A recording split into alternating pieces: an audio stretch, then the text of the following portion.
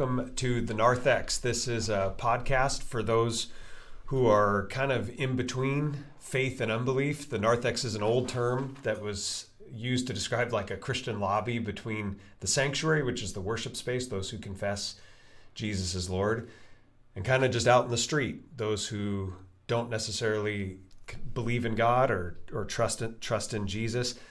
And so this podcast is for those people who are kind of in that lobby space, sort of like, I like to say, a spiritual purgatory, but not a real purgatory, but like a purgatory between faith and unbelief. So we're happy to have you join us today.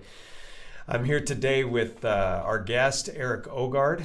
And Erik, why don't you tell us a little bit about yourself? We're getting ready for a really fun conversation because this dude is like really eclectic and his family background is really sort of multifaceted in terms of like academic disciplines, and there's theology, there's philosophy, there's psychology, there's economics, there's all sorts of stuff that we could explore. So we're happy to have him with us. And he's also authored a book that his dad, you sort of co-wrote with your dad. Yeah.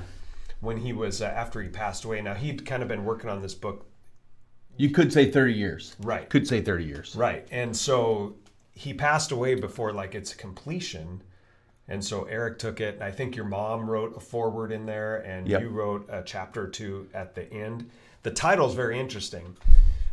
It's called The Existential Dilemma. The Existential Dilemma.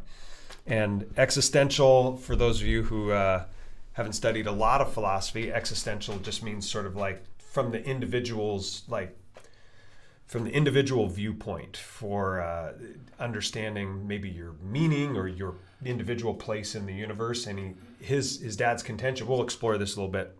His dad's contention is that, and your contention is that everyone who's ever been born is born into this existential dilemma. And it could come out in different forms of like depression or anxiety or whatever. So why don't you just lead off and tell us a little bit about you, Erik? Okay, so pleasure to be here with you, first of all, and great to see everybody out there. So for me personally, I'm maybe the biographical information. I grew up in Portland, Oregon. I was the son of Don Ogard and Kathy Ogard, and they raised us kids in the Lutheran church, and my mom's dad was a Lutheran pastor. And when my mom and dad were dating, my dad was actually talking about going to seminary. And she's like, Don, I cannot do the pastor kid thing for my life. Like, I need to have a different kind of a life. So he decided to go into therapy. And so he was a therapist for many years. He started a thing called Child Guidance Clinic in Portland. Where did he go to graduate school? UW. So he's a Husky. He went to Lutheran Bible Institute, then to Pacific Lutheran, then to UW for his graduate. And he used to walk down to Heck Ed and watch basketball games when he was a young kid. He's a Norwegian from Ballard. That was my dad. But anyway, I think like for me as a child of my parents, we had a pretty open family, like lots of discussions. Anything was on the table at dinner. We were all there talking about pretty substantive things. And what I didn't realize is it was a weird upbringing because they treated us kids not as beneath them, but as full participating members in any discussion. And so they would invite us, have a view, substantiate your view, tell us what you think and why. And I grew up thinking it's okay to have opinions, and it's okay to voice those opinions, and it's okay to disagree. And it's okay to say, I'm not sure and you haven't convinced me. All of this kind of super flexible thinking about big subjects. I didn't realize they were big subjects. But later, 30 years after graduating high school, I had friends come up to me and say, your house was the sanctuary. So you'd have like a theological roundtable. Could be that. Or philosophical, theological, psychological, right, sociological. Yeah, all of that stuff. And so I like to think philosophically about religion, which is separate and apart from thinking about a personal faith or a personal philosophy. So just the realm of ideas has always been a sandbox I like to be in, So tell us kind of about your background and your education and what got you into like obviously family got you into this, your family got you into sort of thinking this way, but like not many people end up writing a text with the title The Existential Dilemma. Yeah. And the subtext, by the way, is overcoming intrinsic anxiety. And so my dad felt anxiety, and being a therapist for over 30 years, that anxiety was somehow fundamental to existence. And he wanted to know why that was and how it could be treated in a way that's different from just pills, basically. And he saw it ultimately as a kind of a soul issue, and was helping people deal with the head and heart issues that get you to the point where you can deal with your anxiety. Would it be fair to say that he saw that psychology or philosophy, those two bleed into one another? They have merit, but there's a limit. Yes, there's a limit. And so, just a little bit about me. I went off to college and studied a liberal arts education with a political science, and thought I was going to be a lawyer, and then ended up in business school at Willamette University. So I got my MBA, and then later in life I got this thing called the Chartered Financial Analyst, CFA designation, which is just like a hardcore, in-depth study of everything's finance, economics, statistics. So I kind of went down that path, and that helped me vocationally with my career. But then always kind of had this side of me that gravitated maybe to the more esoteric or weird parts of life. And so maybe the big setup here, and by the way, my dad, he was reading so much, like he read extensively, and he was working on this thesis that became this book. I don't know if you remember, Erik's dad passed away in 2021. But we didn't have the service until, when was it? Like 4 months later. Yeah, I think it was even in, yeah. And at the reception, the memorial service reception at your folks' house in Portland, I got to go kind of dig around in his library, and that's what I disappeared for like an hour at your reception, and it was super. It looked like my stuff, it didn't look like the library of a therapist. Yeah, it looked like the library of a philosopher, theologian, like Luther's works and Martin Luther, the 16th century reformer, and a lot of Kierkegaard, Descartes, all of them. Yeah. Hegel. Yes, Kierkegaard's Kant. arch enemy. Yes, yes. So sort of take us down maybe the contention, the thesis, and where you sort of dovetail into this. Well, so yeah, absolutely happy to. And it was really the efforts of my mom and I, and to a degree some of my siblings. A lot of the artwork in here it's all family sourced. The cover was my niece, Erik Ogard. So the family put a lot into this for my dad, to help him see this work done. Because when he found out he was terminal with cancer, he was 90, but he was super sharp mentally, and he was just focused. Okay, now I got to do this. I've been talking about it for 30 years, but over the 30 years, I'd spend time with him, and every time I was down there, he would share, here's what I'm reading now, and this is kind of what I'm thinking, and here's my thesis coming together. So I first heard about what my dad called the existential dilemma in the late 80s. And he was teaching at Concordia College at the time down in Portland. Mm-hmm. So he had some classes that he taught, and he was a good thinker, and I think a good professor. But he explained to me this: human beings are finite, and yet we have the ability to grasp the infinite. So we have a transcendent mind. And the fact that we have a finite body, we know we're going to die, and in our minds we can grasp the infinite, life beyond us, life after our death, the world continuing after we die. That conscious awareness of the basic setup of being aware of the eternal, but limited by the physical, and the known demise of our existence creates a massive tension within the human psyche. It's within the conscious experience where we feel anxiety. So like consciousness was a big theme of his, is subjective and transcendent. You can't measure it. And yet we experience all reality through the conscious experience. So that means the arbiter of what is real is subjective and not measurable. That's the conscious mind setup. So in the consciousness, we have this anxiety stemming from our finitude. And that creates massive tension, whether people recognize it or not. His point was, much of the time people are grappling with this bigger threat to them, to their entity, to their being, death, and they don't know how to resolve it. And so it manifests in all of the different kinds of behaviors that are either self-medicating or escapist to, get out of this tense situation we all find ourselves in. Yeah, that reminds me of a book I love to cite often, Ernest Becker's book, 1973 book, The Denial of Death, who was not a Christian, but he was a psychotherapist and said that if you boil down to the core of humanity, and whether you want to call it anxiety or depression or worry or whatever, he said that if you boil it down to its core, it's all about that we're in this perpetual state of the denial of death, that it is coming, that there's nothing you could do about it, and that this manifests all sorts of what you call, I like that word, tension and false solutions at the resolution, because how to resolve that, because that's, I've read this book, and that's part of what your dad gets to at the end is what is his contention, from what I read, was the only resolution. The only one. Right. So there's not like multiple paths to resolve the tension. There's one. Well, we could talk about that later, what that is.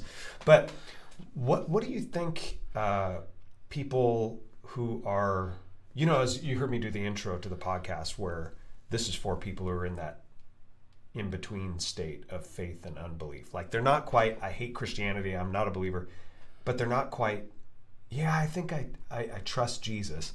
They're not in either of those camps, which is, I think, the vast majority of people.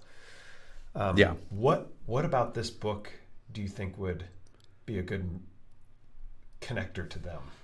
Yeah, so my dad wrote this thing, and he was very explicit about this. For the next generation of people coming up in the world who have been inundated with a message of material scientism, or just science overall, and that there's no room for anything that is that would be metaphysical. So physical only, not metaphysical. Can you just make the distinction between the scientific method and scientism? Yeah, so the scientific method is a way of discovering things are true. And you do that by hypothesis, testing a hypothesis, rejecting or accepting the hypothesis as proven. So moving from A to Z. And scientism is the belief that science has all of the answers, and it's more of a theology than it is scientific method.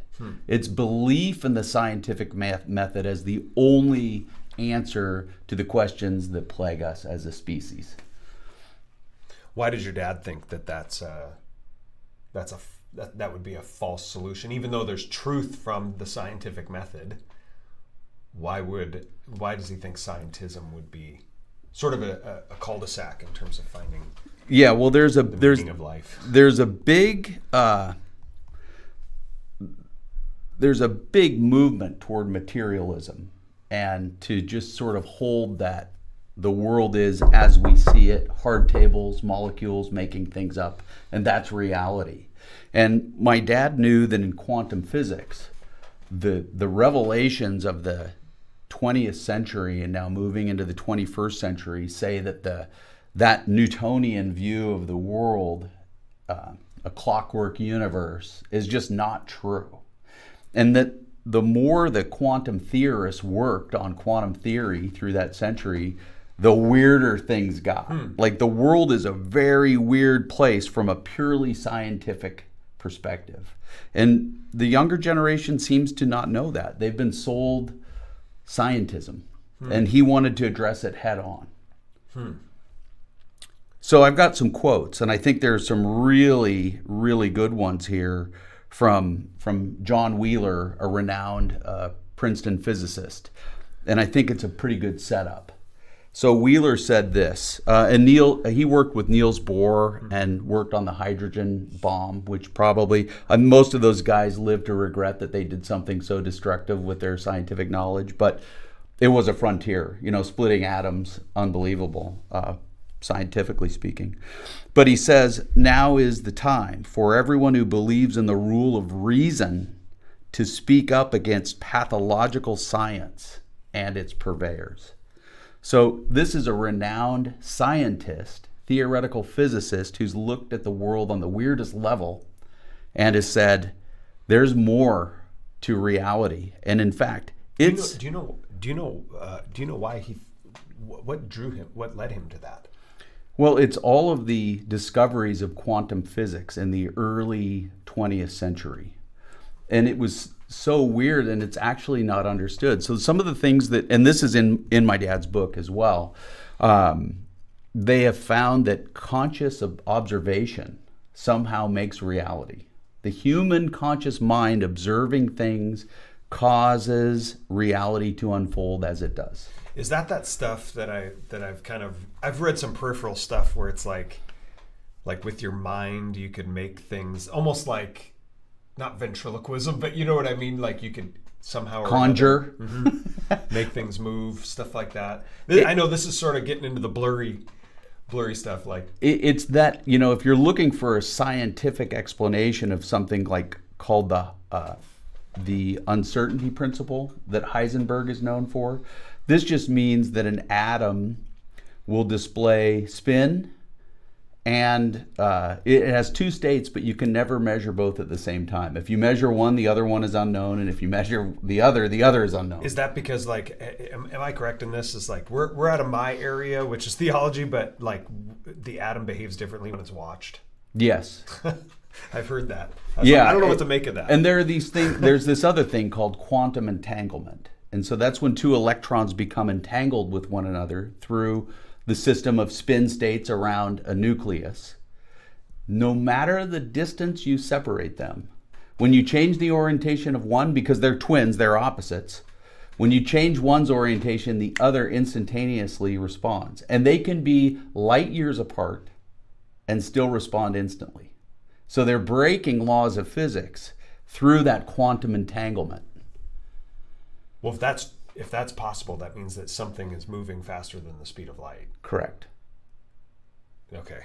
So it's not a limit then, therefore. But it just, and Einstein called that spooky action at a distance. And it's the weird stuff that is actually foundational to the universe. Wheeler had just another phenomenal quote in here. He's got many of them, but suffice it to say he was a scientist and he saw room for metaphysical things or non-scientific things, that pathology of science that he referenced in the other quote that I read.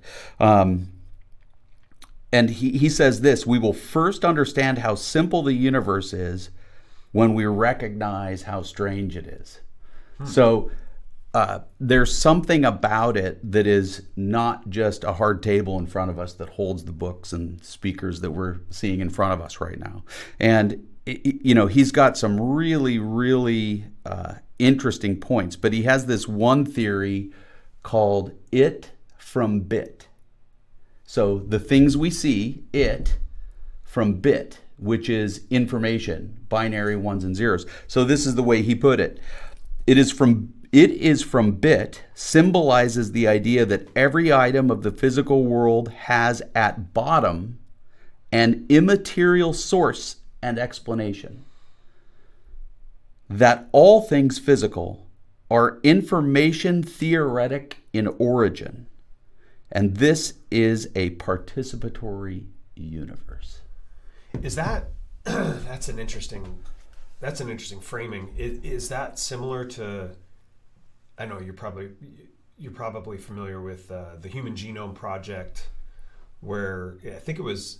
Its inception was under President Clinton, and I'm blanking on the guy who wrote the book called The Language of God. I think he's in he was kind of a notorious name during COVID, if I'm blanking on the name. I'll look it up on my phone. But the discovery of code onto DNA, is that what he's referring to when you get down into the bits? Yeah, that were coded. It's information at its core, And it's therefore language or communication that is the reality of existence. So, like coding on DNA. Yes. Or coding in everything. Francis Collins.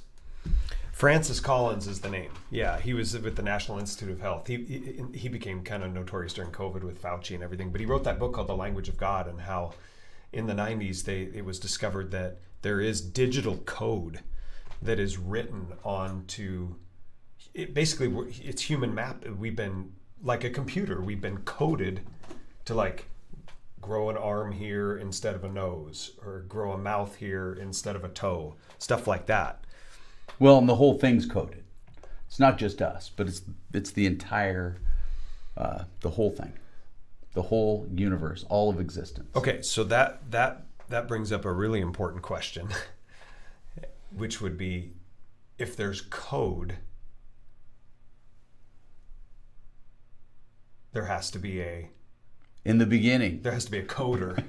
There has to be someone who's coded this. I mean, like we would never. There's a famous analogy or metaphor or parable about the 747 in the junkyard, and it's like complex human life. Couple that with consciousness would be similar to if that happened by chance. That would be similar to a tornado blowing through a junkyard, and when the tornado finishes blowing through, there's a perfectly assembled 747. Right. So you would never just say that 747 just over the course of millions and millions and millions of years just gradually assembled, and the metals and the alloys and the rubbers and the electrical signals, they just sort of coalesced and turned into this perfectly flying, sophisticated airplane. And then the parable says, and the human body that you're looking at is even more complex than the 747, infinitely more, almost infinitely more complex than the 747. Yeah. Well, so that's my point. It's like, doesn't that lead people to like ask a question? Yes, it should. So, question: Was Wheeler? Was he a believer? He started the Universalist Church with his wife, unfortunately. So he knew there was more to reality than just the physical sciences would dictate. Like, he was a metaphysicist for sure, but he didn't get to Jesus, I don't think. He may have been in the camp, Jesus is a prophet or an interesting person, had something important to say, but not fully there, that Jesus is the God of the universe, the creator of the universe, the creator of us, and the father of Jesus, and Jesus saved humanity. You know, that's, I don't think Wheeler was there. So then that's another question, back to your dad's book, your book too. How did that, how would a guy like that, or how do they resolve, because how would they resolve the dilemma? The title of the book is essentially a question. Mm-hmm. Right? That's the way I look at it. It's interrogative. How is that resolved? Because a dilemma means you have a problem here. Yeah. Your word was attention. How do you come to some sort of like solution to this? Well, so my dad said humanity's been trying to address this since the beginning of time. And he was an integrative thinker. He tried to pull from different disciplines and see what they had to say, and see if you could find truth by integrating things from vastly different disciplines. And he kind of goes through this in the book. If you think about societal structures, all of government, that's to kind of, and Jordan Peterson, I know you like him, he kind of talks about how the world in its natural state is chaotic, and how humans hate chaos, and they want to create order from chaos. And so this move toward finding order, and even Augustine wrote about, Augustine, as you say, wrote about order, a well-ordered life. Yeah, my teacher used to say St. Augustine is in Florida, St. Augustine's in heaven. But so humanity, since the inception, has been sort of like trying to tackle this. Well, so he kind of works through it. He says, here's what psychology tried to do with the dilemma. Here's what governments, through social programs, hospitals, all of these things tried to do with the dilemma. All of it, whether, we have symptoms of the sickness, and then we have the sickness. And so he was big on the sickness is actually the existential dilemma. And the symptoms of the sickness are, drug addiction, alcoholism, escapist behaviors, however you want to describe those, denial of our fundamental reality, our problem. And so all of the things we do in government is trying to address those issues ultimately. This existential dilemma. Yeah, so he probably pulled a lot from Kierkegaard. He did. 19th century Danish philosopher, probably his most famous text. There's a number of them, but it's called The Sickness Unto Death. No, it's not a read that's like I'm going to sit down and read like a comic book. I mean, this is it's only like 110 pages, but it is dense material. But essentially it's... My dad said it took him 4 reads on each of Kierkegaard's things to kind of get what he was talking about. That was mine too. But Kierkegaard isn't so much in that book proposing necessarily, well, he does allude to it if I recall, but the solution to that dilemma, he's more so describing the universality of it, I believe. And he is. He talks about the world's major religions and how they are kind of, through observation, trying to address this as well. And, the big dividing line for my dad was how much depends on the person. What's religion putting on the person to make things okay versus are things being made okay by a loving God? And that's where he drew the distinction between the different religious answers to this problem. Would he even say that a lot of the time, for lack of a better term, like church or religion has a capacity to make that dilemma much, much worse? Yeah, because anytime, and Dan's great at preaching about this stuff, but anytime a person is trying to fix something themselves through their own work, it's futile. That was my dad's ultimate view. So that's a really interesting point of view, because he spent his career as a therapist, and so when you think therapy, you think psychologist. You think psychiatry, you think psychology. So he was of the persuasion, as I alluded to earlier, that psychology, therapy, I mean, that's what it is, Eric. It proposes that worldly solution. Do things. Yeah, exactly. We do it. Yeah. We're going to do this. Correct. And he was like, that does not work. His conclusion, and I'll just spoil it for everybody, is that the only way to fix it is Jesus. The death and resurrection of Christ solves it once and for all. And it doesn't need to be solved again. But if people don't have that frame of mind, they're kind of lost and trying to figure it out on their own. Why does he say Jesus in particular and not like Buddha, Muhammad, Vishnu? All of those religions... I mean, Muhammad was a prophet, but Allah, you get my point. They break toward works. Do this and. And there's no do this and in Christianity. At least there shouldn't be if you just take a pure read of the gospel. It's, I did this for you. And, well, we have one thing to do. And that's chapter 11 of the book, and that's what I helped finish because my dad ran out of time. But it's, you have to make a conscious decision to accept the gift. Accept the invitation. That's your one thing. And I think it's, it's for each person to decide. Like, just because I was born in a Christian household doesn't mean I have that faith by birth. Like, each person, and I love the Jordan Peterson line where he says, when he's speaking to young people, again, kind of the target of my dad's book, you have something important to do, to decide in your life. And it's this, it's coming to grips with how to position yourself and to work yourself through the existence of through life. How do you go through life? I had a guy say to me, he goes, well, Dan, if you weren't born in the United States in the 20th century, you wouldn't be a Christian. If you were born on a in a rural village in the Himalayas, you probably wouldn't be a Christian. And I remember popping into my mind, I heard someone say, but this is also true. And I said, yeah, and if you were born on a rural village in the Himalayas, you wouldn't be a secular materialist atheist either. So that cuts both ways, right? Yes. So like to say that, well, you're just a Christian because of your upbringing. It's like, well, you're just an atheist because of your upbringing. Right. I mean, see that, I don't think people rarely see that the blade goes both directions there.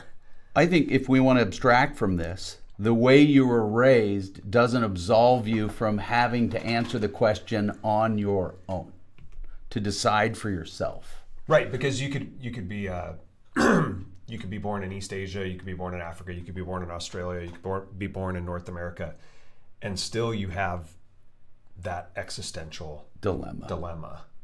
Yeah.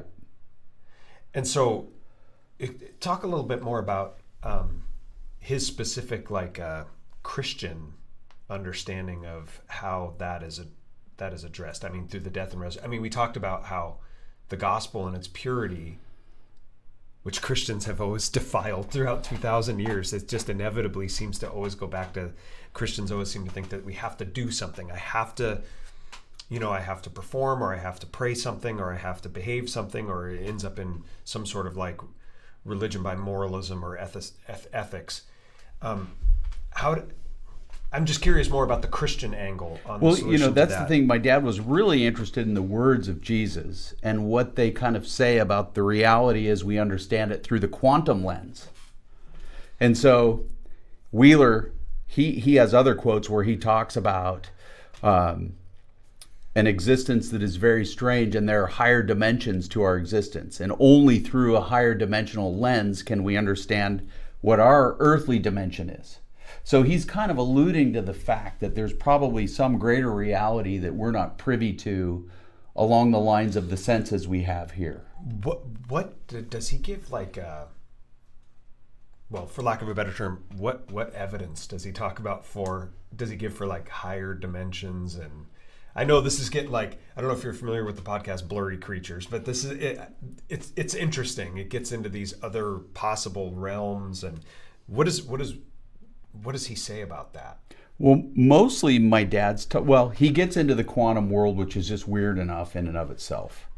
But then I think he gets into the words of Jesus, and if you take this modern quantum understanding of reality, that when he says, I am not from this world, what's he talking about?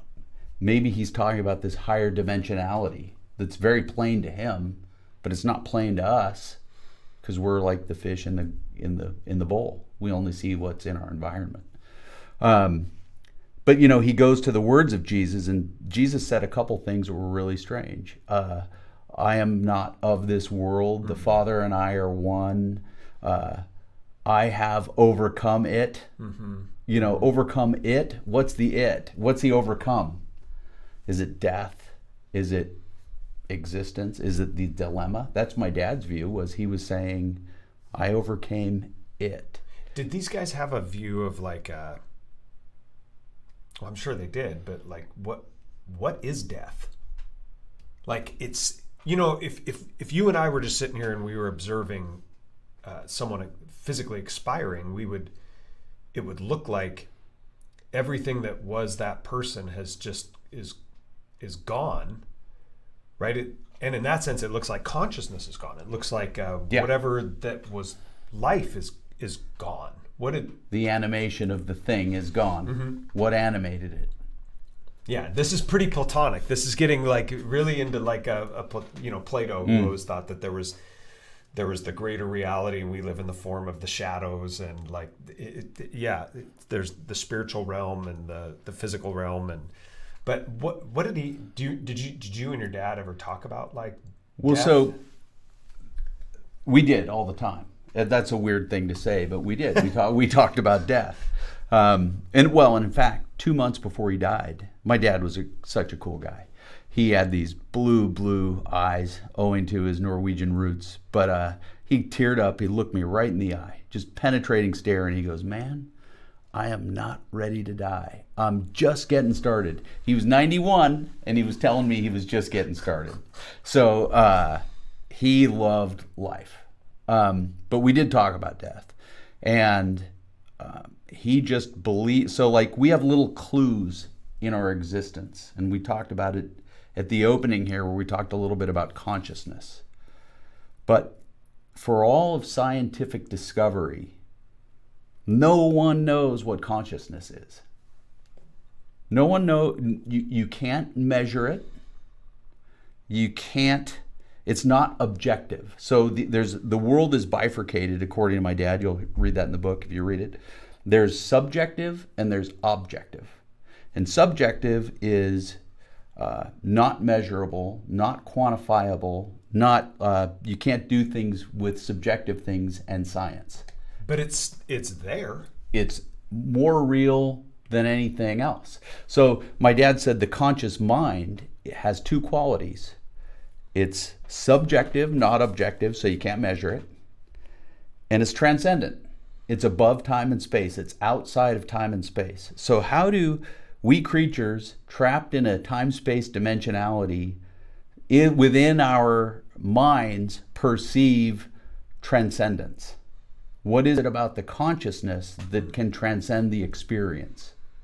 And his working theory, and this gets really weird, is that and since his death, actually, science is pursuing this, that these things... Did he study NDEs at all, like near-death experiences? I've looked into some of that stuff, but that really wasn't his bag. It didn't surprise him at all that people had those experiences. That was like par for the course for him. Because there's an outpouring of in medical, substantiated, credible medical journals where they've studied near-death experiences. Gary Habermas is a guy he's a Christian philosopher, New Testament guy, but he's written, I think, a couple books on NDEs, and there's some of his YouTube videos. He's a professor at Liberty University. Some of the stuff, man, that he cites about near-death experiences is just mind-rattling. There's nothing in modern quantum physics that can preclude any of this stuff. And so, knowing that the world's way more strange than we like to think that it is opens the door for all of these other kinds of possibilities. And so the conscious state being subjective and transcendent, my dad is saying somehow echoing a more real reality than the one we live in. Like he felt like that there was something more real to existence than what we just have here that's objective. And he loved to point out, think about this. All of us, our only experience with reality goes through our minds, and that's consciousness, which is transcendent and subjective. So everything we say is objective. If I'm a scientist and I'm measuring things and I'm drawing objective conclusions, the final arbiter of those conclusions is a subjective mind. So we all only experience reality through the subjective, not the objective. So what would you say, how is that trustable then? You know what I'm saying? Like if it's always filtered through this seemingly, what the Bible calls a very fallible, nuanced but jacked up sort of mechanism, like yep. Our mind, our heart, our consciousness. So, are we really seeing a table here? Yes and no. Sure? Almost every answer in quantum is yes and no. And so I think I first learned the quote, "I think, therefore I am," in high school. Descartes. Thinking entities, reasoning entities is what he called humans. And his conclusion was the only way we know that we exist is because we can think. We have a conscious mind, which, by the way, there's nothing objective or measurable about that. And yet it's the bedrock on which our perception of reality exists. We think. It's there. I mean, you can't deny that it's there. Right, but the old statement, prove it. But now the other thing is, this is a table, but modern science would tell you that there's vast distances of nothingness between the atoms that hold this table together. At the micro Yeah. level. Yeah. Yeah, you could pass right through it if you had the technology. Yeah, if you went on the carnivore diet. lost some weight, right? So how do we know what we're appropriating is? Because I think the whole concept is that we're looking for something that's objectively real to be the salvation or the solution or the salve to this tension that everyone experiences. You know, it's interesting. He and Eric and I were talking about Blaise Pascal before we came in here, and Pascal, and then C.S. Lewis picks up on this. Mathematician, philosopher, and Christian, Pascal. Yeah. Like invented a form of calculus, which is like, if there's any of you out there who took calculus in high school and you're like, who the hell thought of this thing? It's like, there's one of the guys, you could blame him. He went up to his bedroom one day, I guess, got in trouble by his parents and invented calculus. So no minor intellect, right? But he believed, and Lewis picks up on this in the 20th century. Lewis says that, and Pascal, Augustine alludes to this as well, where we all have what's in a God-shaped hole here, wherever it is, I don't know, in the soul, in the heart, in the mind, that there's a God-shaped void, vacuum that is looking to be satiated, that's looking to be made right. And their understanding their contention was that could only be filled through Jesus Christ. But we look to a bunch of other things to satiate us, to put the gas in the tank, so to speak, that it only runs on unleaded, but we're pouring all sorts of other things into it. And it never seems to satisfy. It never seems to satisfy. It never seems to satisfy. If I could just get the next promotion, or win the next game, or if we could get to the playoffs, or make the next dollar, we get it, and it just never seems to deliver what it promises. You come up empty. Yeah, it's never-ending quest if you don't go to the right place for the right answer. So yeah, my dad agreed with that. One of his favorite stories was Humpty Dumpty. My dad thought in metaphor and analogy, and if you think about that, Humpty Dumpty sat on a wall. Humpty Dumpty had a great fall. All the king's horses, all the king's men couldn't put Humpty back together again. And so this is kind of like the existential dilemma, that crisis. We are broken. We have this fundamental problem, and as rich as the king is, and as powerful as the king is, with all of the resources he's got, they can't fix him. And that's the existential dilemma. With the human solution. Have you seen the Godfather movies? Yes. So Godfather 1, super popular. Marlon Brando, Al Pacino, Robert Duvall. I mean, it's loaded with great actors and actresses. Rocky's wife, Talia Shire, she plays the mob boss's daughter. There's a third one where Al Pacino's character, Michael, is older now, and he's, I think, in his 70s, and he's talking with this mob boss. He's trying to do some sort of business deal. He's trying to make a deal. He's trying to negotiate something between this Miami mob boss, it's probably drugs, I can't remember, and their New York-based mob operation. And the Miami guy is like, mob boss is in like his 80s or his 90s, and he's rich. They're meeting on this beautiful yacht. There's anything that you want in terms of food and drink and beautiful women. And he's down in his cabin in the boat, and he's talking to Michael, and he says, I remember this line, you guys should look it up in the movie. He said, man, I would give something like, back then, I mean, the movie was in the 80s and the 90s, he said, I would give $1 million just to be able to take a piss without it hurting, or something like that. He has everything. Yeah. He has everything, and he's saying, I'd give it all away just to be able to go to the bathroom without having difficulty. That's wild to me. And yet we spend our whole life chasing those things. Yep. Check out this Lewis quote. I saw this morning as I was getting coffee, and I don't know where this is from, so it popped up on social media. I got to validate whether it's C.S. Lewis or not. You always have to do that with social media. But Lewis says, what does not satisfy when we find it was not the thing we were desiring. Totally. If you get it and it doesn't satisfy, that's not the thing you were looking for. Yeah, so why are you chasing the thing you're chasing? Whatever the thing is you're chasing now, try to understand why. Like, why am I doing this? And, Stoicism is not the answer, but the practices of Stoicism are really great. And I can remember my dad saying to me, I got pearls of wisdom from him throughout the years. And he said, this was when I was going to college, hey, pray like only God can do it, but act like only you can do it. And that was sort of like not turning God into a magical charm or Jesus into a charm, but taking responsibility for yourself and what you do. And I don't know, Dan, I know you're doing the carnivore diet. I've enjoyed doing things that are hard. Like, you're doing something that's hard to demonstrate that you're in command of yourself.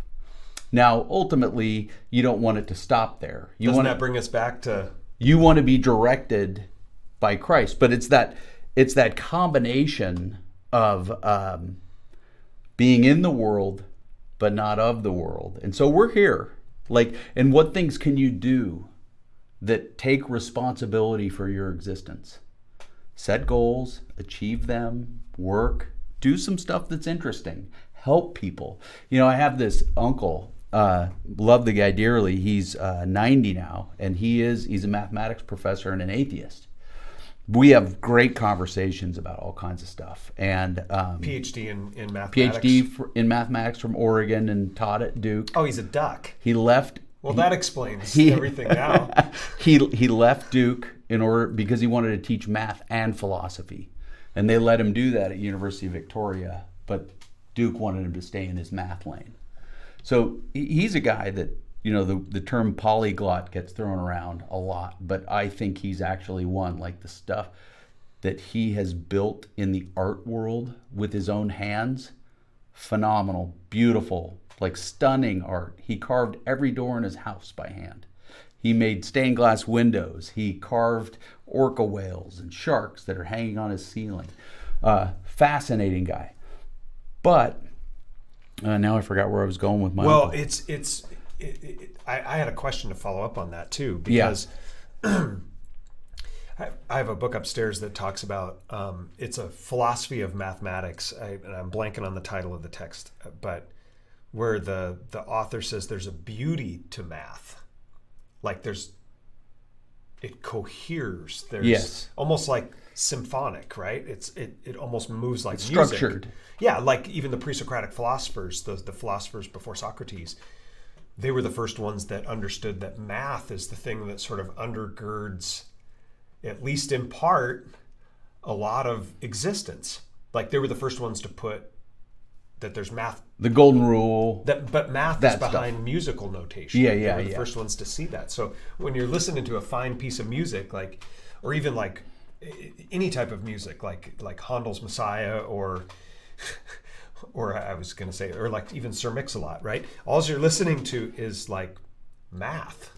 Right. So I remembered where I was going with my uncle. I'm going to forget the question. Okay. How, your uncle. Yeah.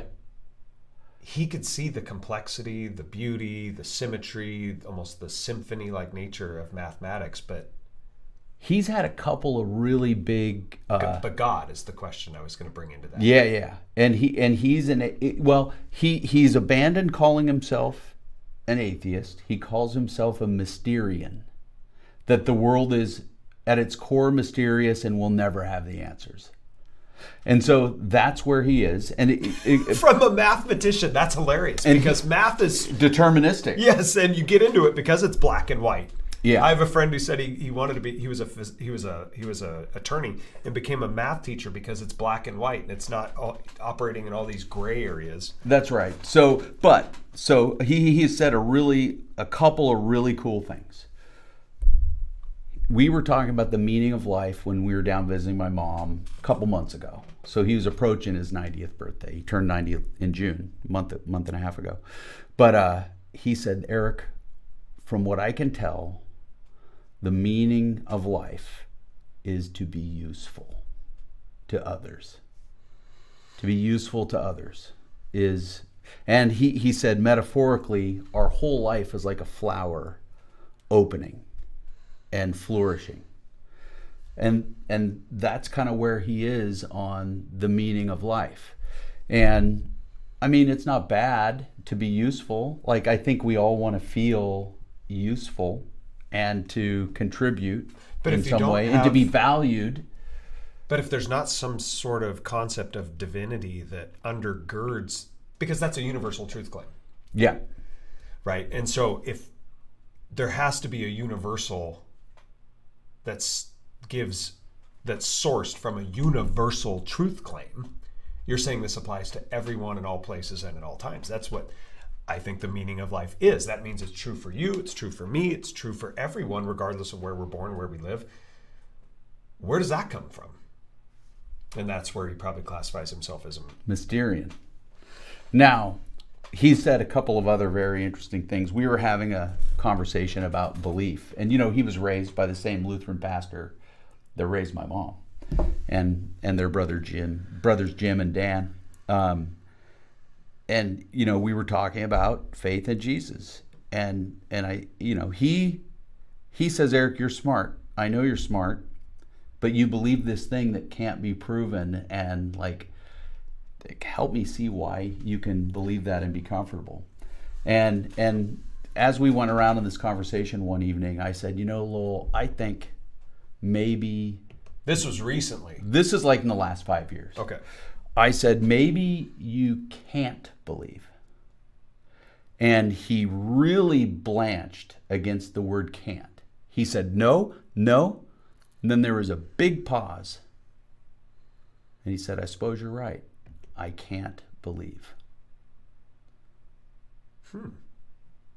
And then, I didn't hear him say this, but my dad did. My dad told me about it. And so Lowell was diagnosed with terminal cancer and given 6 to 12 months to live 16 years ago. He's still alive.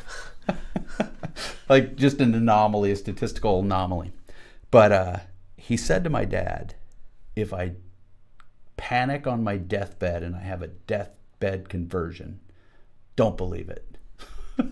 That's I think he thinks there is some mental strength to taking a position that we don't know, and we can't draw any comfort that somebody did know or did have an answer. Well, you think about someone who's so committed to logic and to method and to empiricism. But he loves beauty and art, and that's the weird... But see, that's my point. That's exactly my point. And I always get frustrated in these conversations, not with you, but in those types of conversations, because I'm always like, well, where did that come from? Like, if beauty is universal, if math is universal, we could get into the philosophical debate. It's like, did we invent math or did we discover it? And I think everyone would, at least with some semblance of a brain, would say math is discovered. We didn't. 2 plus 2 still equals 4. We peeled back layers and learned. Yeah, it was always there. 2 plus 2 equals 4, whether you and I are here or not. Yeah, it's true in the abstract. Right. And so, to me, it's a natural progression. Like the next thing you should be asking is, well, where did that come from? And just to say, well, I don't know. For someone who's committed to method and committed to empiricism and committed to investigation and committed to finding these answers to these big inquiries, just to say, I don't know. That seems really weird to me. Yeah, well, and it's interesting because I remember seeing an interview of Wheeler in the mid-2000s. The Princeton physicist. The Princeton guy. And he said the greatest question that science needs to answer is how come existence? And I read that quote by him that basically said that. But at the end of his life, he's saying the really big questions. How come existence? That's the most important thing. And, for my dad, the big question was, what is consciousness? I never finished the idea that he was working on this theory that these microtubules in the brain are like radio antenna. They receive consciousness from a source. That was my dad's theory. And, that's weird. yeah, and that there's this feedback loop between consciousness and the origin of consciousness that creates the reality we experience. And that's why our conscious interaction with the universe has meaning. It causes things to happen, which, just closing the loop here, that's why my dad... Are you going to talk about neutrinos? Well, he thinks that was the delivery. He's saying that's a contender for a potential delivery of consciousness. I never knew what a neutrino was until I heard Erik talk and what his dad had written about. It's like, I thought it was some sort of vitamin. Like, as we're speaking... Honey, did you take your neutrinos this morning? Yeah, or like a cereal. It should be one. That'd probably do really well. But anyway, millions of these neutrinos are passing through us and you watching this every second. Like an almost infinite number, right? Yeah, like, just a giant amount of them are, and they know they exist. Like, they've been measured and they're almost immeasurable, but they've measured them. And my dad thinks it's something akin to something like that, delivering consciousness to all the receivers. We're the actors and the participants.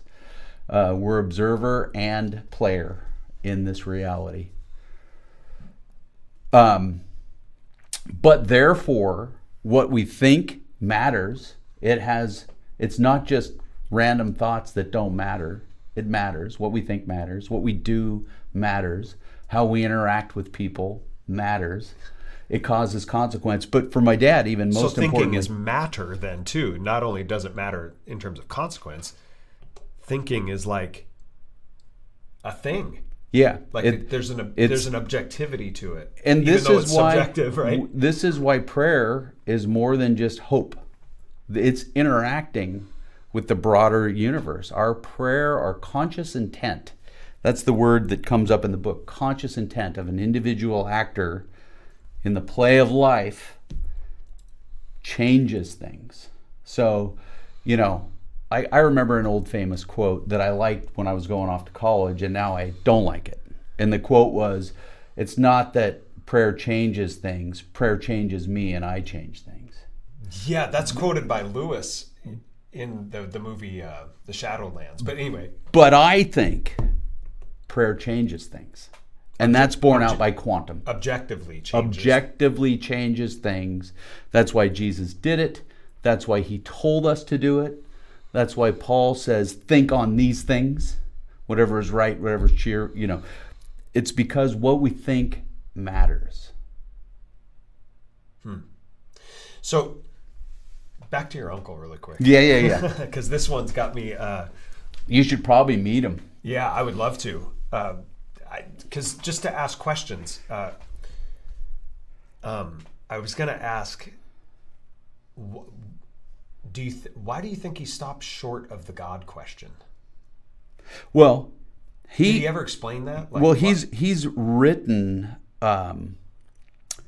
He has written things about his upbringing, like autobiographical stories on himself, and he talked about being a 5 or 6-year-old kid and coming to tears because he knew he didn't believe and he knew he couldn't believe and he wanted to. Has he explored so that's as a little kid, and then as a 90-year-old man, he's conveyed to you like it's sort of bookends. It's the same thing, because you told me he said at the end, I can't believe, and then as a kid, I can't believe. It's like, where does that? Did something happen? Because I read it. I don't think he's a very much a gracious, kind. Like, if you didn't know that he wasn't a Christian by his actions, you would think he was. Right, but then you get into ethics where it's just like, well, this is my preference, and I could retort and just say, well, it's my preference that I think I should be able to kill people. Why is your preference any more valid than my preference? He made that by hand. That's on his property up on Souk Basin on Vancouver Island. Yeah, it looks like you could show it. It looks like looks like a chapel. Well, that's exactly what it is. So, he was an atheist at one point in his life, and now he's a Mysterian. But his dad was a pastor. And so in this he calls the chapel, the tall building. This now he had to keep going. He built this, and then this is the parsonage. And I think his plan, he's never spoken it, but I think he's thinking he might, when it comes time to die, he's going to die in the parsonage. He's got a wood stove in there, and he's got a bed set up, and beautiful glass windows looking over the Salish Sea. He calls it an all stained glass and hand-carved doors, but you can't really see it on that door. But that my grandmother carved, and it's the tree of life. It's a tree of life carving. But then on the opposite side of that door, he carved a hand like this. You need to look at that's amazing. And the motion is like that. Oh, the Trinitarian. Yeah, and so that concept. comes from his dad at the end of every church service saying, The Lord "May bless the Lord bless you and keep you and Yeah. make his face shine upon you." Yeah, number 6. Yeah. And so he finds those things beautiful. And I've never heard anybody sing the Easter hymns on Easter morning more loudly than Lowell. Like, he loved the sentiment and the feeling. So anyway, I mean, we didn't come in here to talk about Lowell, but he's such an interesting guy. I know. That's why. It's like, I'm not like being disparaging. I'm like, I find that utterly fascinating, because even what you just conveyed right there shows that there's something Respect. or something that's something down deep that's reaching. Yeah, I don't know. I mean, he's very much, he's a Mysterian, but he's mostly a materialist scientist. And he's super smart. But he's not, you can't offend him. You can talk to him about anything. Mm-hmm. And I would think that's, maybe all of us in the clan have that where you can't offend us. Well, I'm just saying that the reason I keep bringing this conversation up with your uncle is the fact that I think that's a viewpoint and a conversation that a lot of people have that are Christians and even non-Christians. I think these are things that strike at the heart of what a lot of people are walking through in terms of thinking about things spiritually. Is just that. But I don't know if people, that's why I kept probing about if you can concede to beauty and everyone should live for others. At some point, when you make a universal truth claim, you should start, at least in my mind, and I could be wrong, like,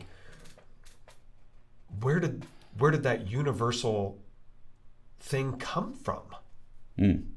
Like C.S. Lewis always said, Lewis said before he became a Christian, one of the most difficult things that he struggled with God was evil and suffering. And he said, so I always thought, he even says this in Mere Christianity, which he cites extensively in this book. When I was an atheist, he said, I used to think the world was so cruel and unjust. He said, but then when I became as I was becoming a Christian, at least a theist, he said, I thought, but where did I get the idea of cruel and unjust from? Like, I thought this was unfair. I thought it was unjust. I thought it was evil. I thought this is not fair. Cancer, suffering, tsunamis, volcanoes, earthquakes. I thought the world was so cruel and unjust. He goes, but then I thought, where did I get the idea? Where did I get the capability to measure cruel and unjust? And then he goes, that's weird. He said, because a man only calls a line crooked when he has an idea of what straight means. So where did I get this concept of straight? That things shouldn't be this way. Well, that's a question worth exploring in his mind. Yeah. Where did that come from? Where did I derive that? Yeah, and there are things, I think, my grandfather, he confirmed my sister and I, by the way. It was probably one of the last pastorly acts he did in his life. But he used to always tell us there's the head and the heart. And like St. Paul here is talking about your heart. He used to tell us that a lot. And it's weird to say that you know something in your heart, but I think maybe that's when we express knowing something from our heart is the collision of the conscious mind, the spirit, and the physical body. And so whenever we have these feelings that seem sublime, like they have some eternal truth to them, that we're getting that from somewhere. And I think we have these things in us that come from somewhere else. And, Lewis talked about the shadow lands and how there's a bigger reality that's the truest thing for us that we don't know about yet. That reminds me of another pastor's kid. I don't know if you've read much of, he was a literary critic at the University of Chicago and a novelist later on in life, Norman Maclean, who wrote the book that later became a real popular movie with Brad Pitt called A River Runs Through It. Oh, yeah. He was a pastor's kid. Ah. Grew up in, western Montana on the Big Blackfoot River. But he always wrestled with this stuff, being a pastor's kid. But he talked about these certain moments. So you could go read the very end of A River Runs Through It, where he said, when I'm alone in the canyon, in the half-light, right? He said, and I think about the rocks that the rivers are running over that are millions upon millions of years old, and how everything has come together. He said, he experienced exactly what you just said, that there's something sublime here that's more than just rocks and water and wood and wire, and the sum's greater than the parts. Something else is here. That there's just something more. And for me, just to say, well, who knows? I don't know. For my money, I just feel like, I don't know. That feels like you're stopping short right before you get to Narnia, right? I mean, you're right at the door of the wardrobe, and you're boy, just like, I would really like Narnia to be true, but I can't get there. Yeah, and maybe it's exactly what you said. Maybe it's in people's mind and in their thinking is maybe it's just this. I don't want to know. I just don't want to. Yeah, and this is great. Maybe, I don't know if we're planning to close at this point or we're going to go longer, but thinking about this book, thinking the generation that he wrote it for, thinking about the people that are just confronted with this scientific, materialistic onslaught of worldview, dare we hope for something more? Dare we hope for a deeper meaning? And so my dad's point is there's no more important question in your whole existence than to figure out, is God real? Is Jesus his son? And did he save us from our dilemma? And his answer is yes. My answer is yes. And to that scientific mind, maybe it's not defensible from a purely scientific standpoint. But then you start cracking open you start exposing the cracks of scientism, and you see that science has revealed a strange enough world where there's room for Jesus to save humanity, and it can be real. Mm-hmm. Mm-hmm. Well, this was awesome. I would maybe we'll continue this conversation. You know what I think would be a good idea is I'll put the Donald W. Ogard. I'll put his book in the show notes with a link to Amazon if anyone wants to read this. They could get it on Amazon, I'm sure. Yeah, they can. The other book that we were going to talk about, which actually talks about everything that we were addressing so far, is this book by professor of philosophy at Rutgers University. His name is Colin McGinn, and the title of the book is called The Mysterious Flame. And he's not a Christian. He's not a theist. I don't know if he'd be an agnostic, but he's not a professing believer in God in any way. And this is all on consciousness and how even the scientific community has gotten to the point where we have to just say that he's a Mysterian. Yeah. It's a safe place for a lot of academics to land. Yeah, it is. Yeah, it's always safe to say, I don't know. But for guys like us, I don't know, isn't sufficient or satisfactory. It's like, I'm going to keep probing. I'm going to keep seeking. I'm going to keep searching. I'm going to keep investigating. I'll put this one in the show notes too, because this book, it's not a Christian text. So if you're looking for like devotional material, this wouldn't be it. But he just talks about how consciousness is just an utter mystery that is, it's hard. It's there. You can't deny it's there. but where did it come from, and why do we have it? And C.S. Lewis always had this great argument for the existence of God. There's so many arguments for the existence of God, but his argument was the argument of by desire, that God-shaped hole. Why do we desire another world? Why is that in us? Why do we want Neverland? Why do we desire Narnia? Why is it that we hope, right? Why does happily ever after resonate so much with us? Why do we look at death sucks? Yeah. I have a buddy who said death is dumb. Like not stupid, but like it sucks. Yeah. Is this all there is? Can't be. You would have to have some level We of all want heartlessness. Christmas morning. Yeah, you'd have to have some level of heartlessness to look into a casket at your spouse or a child or a parent and just say, well, oh well. I mean, even if you believe that death is the end and there's nothing after it, isn't there something in you that says, but I hope not? Right? Like, you've seen the end of Forrest Gump?